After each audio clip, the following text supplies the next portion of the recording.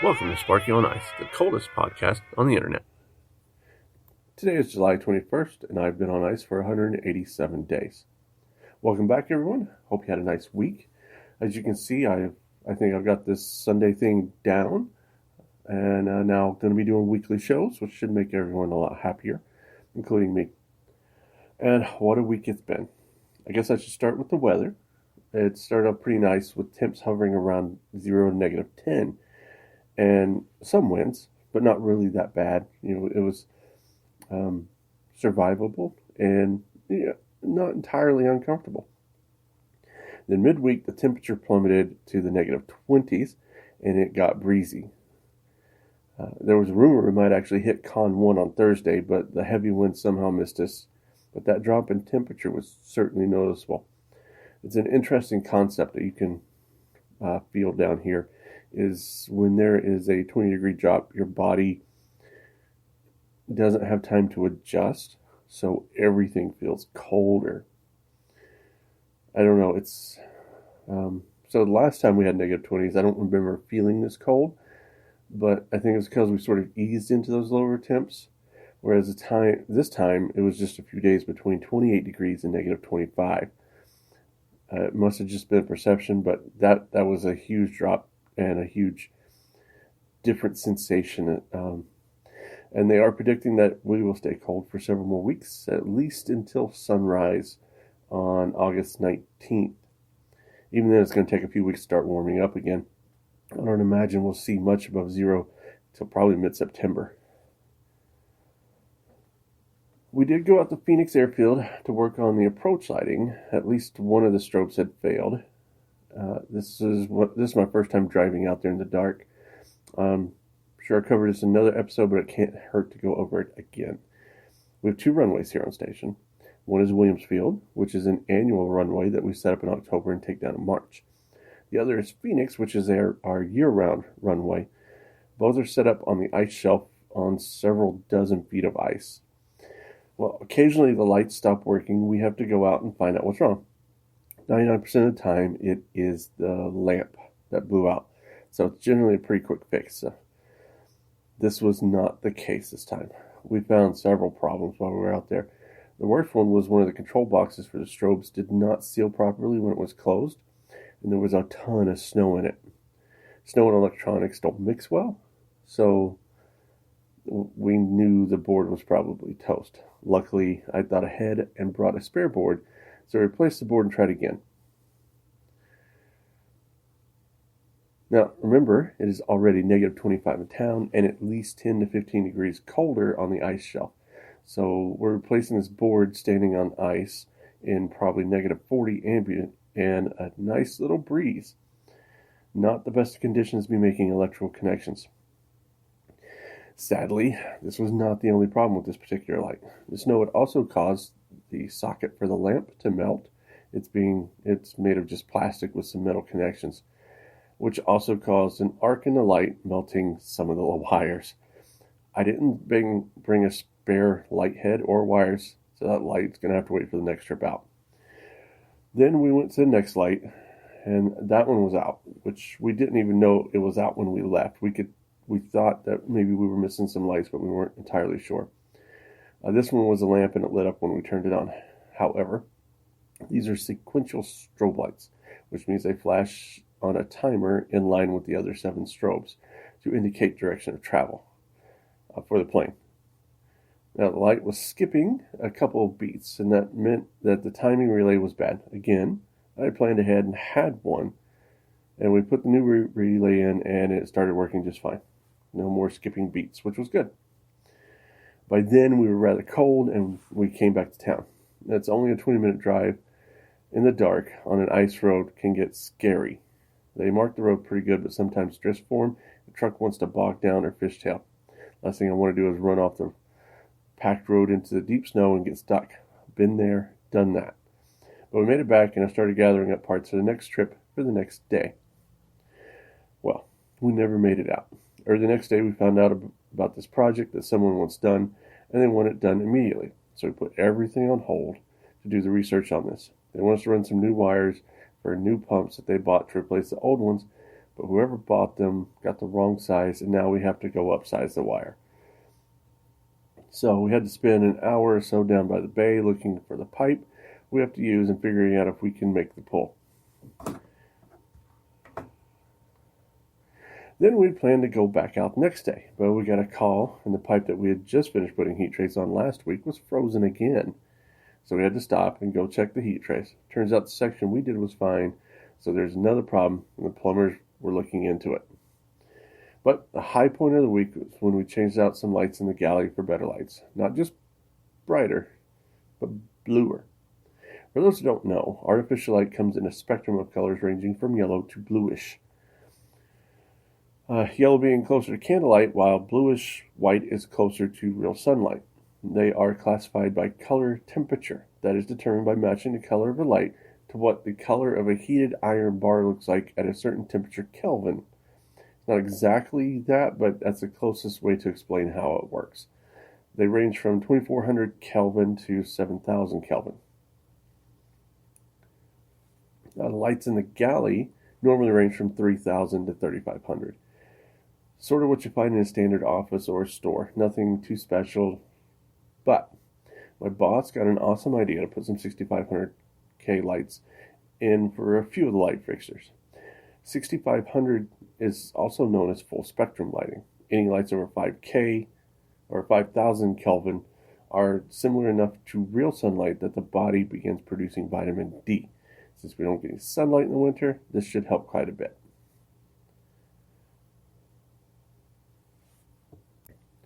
And really it does. People are walking in, and on the way they were like, oh, looks like daylight when we walk in through this section. And I was sitting there this morning, and my back was to those lights, and I'm like, man, it feels like the sun is out. It's so cool. So I think it's going to help with the health and mental status of a lot of people here on station who are missing the sun. So yeah, I think that's going to be good. And another great thing that happened this week, I signed a contract to stay on as electrical foreman through February. That will mean 6 more months of shows for you and I to enjoy. All right, on to history. And last week I talked about we would do the Scott expedition, or it's actually the Discovery expedition. So that's what we're going to concentrate on today.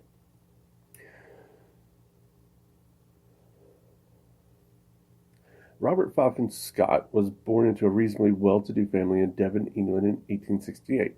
There was a tradition of seafaring on both his mother and father's side of the family. He first went to sea at the age of 13 years old. He learned his trade well and progressed through the ranks in the Royal Navy.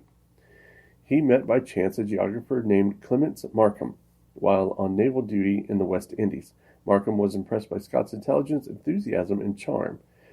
And he wrote, my final conclusion was that Scott was destined to command the Antarctic expedition. After 18 years in the Navy, Scott was beginning to feel rather restless and wanted to expand his horizons. He was chosen as leader of the Joint Royal Society, Royal Geographic Society, Antarctic expedition, receiving news of his appointment in 1900. This was to become the Discovery expedition of 1901 through 1904. The ship, Discovery, was built especially for this expedition, a wooden sailing ship with auxiliary engines. She was 172 feet long, 34 feet wide, and 480 tons unladed. She left Dundee, where she had been built on January 31st, 1901, sailing south to Antarctica. Amongst the crew on this expedition was Ernest Shackleton, engaged as third lieutenant in charge of hold, stores, provisions, and deep-sea water analysis. On reaching Antarctica, after some of the initial explorations along the coast, the Discovery made its way to McMurdo Sound, where winter quarters were to be established. Many trips were made by man-haul and dog sledge parties in the remaining months before winter darkness fell. Scott and his men engaged in a very steep and uncomfortable learning curve about the unforgiving environment, or a school of hard and cold knocks. The expedition was made of primary projects, both scientific and exploratory, performed by various combinations of personnel. The centerpiece of the expedition was an attempt to reach the South Pole, or at least to explore further south than anyone had managed to do previously. The core party was of Scott, Wilson, and Shackleton, supported by others who were to lay food and supply depots for the team. used particularly on the return journey. In this way, the men would only need to carry enough supplies to last them as long as the next depot, rather than the whole outward and return journeys. Though the party had dogs, they were not experienced in using them, and food brought for the dogs was incorrect and had gone bad. When the dogs began to get lame and weak through the rigors of the environment and lack of food, instead of killing them and using the meat, the party pressed on with the dogs running behind as they became too weak to pull the sled. In addition to this, Shackleton began to suffer from the effects of scurvy, and all the men were suffering from the lack of food. Wilson, the doctor, suffered from snow blindness. At one point, hauled his sledge blindfolded to ease the pain caused by the light. They turned back on December 31st, 1902, having reached 82 degrees 17 south. They had traveled 300 miles further south than anyone before them and were only 480 statute miles from the pole. It took them just over another month before they reached their base again. As Scott put it, "We were as near spent as 3 persons could be." They had been gone for 93 days and covered 960 statute miles. The expedition, however, continued. The support ship, the Morning, had arrived from New Zealand to bring extra supplies and exchange some of the personnel, including Shackleton, who was still recovering from the effects of scurvy. Morning left again on March 1st, 1903, leaving the party to another Antarctic winter and to carry on their scientific and exploratory work. The Morning returned in 1904, this time accompanied by another ship, the Terra Nova. The government in England had decided the Antarctic party might be having too good a time of it, relieved once a year by the hugely expensive relief ship, and wanted them all brought back, whether or not the Discovery had been abandoned in the process. For a while it looked like Discovery might well be abandoned, as there was 18 miles of ice between it and open water. With much hard work, explosives, and the wind eventually in the right direction, finally the 2 relief ships breaking their way through the remaining ice, Discovery was released, and all 3 ships were underway and heading back north. So that's basically the first Scott expedition, which we had the Scott hut down by Winter's Quarter Bay.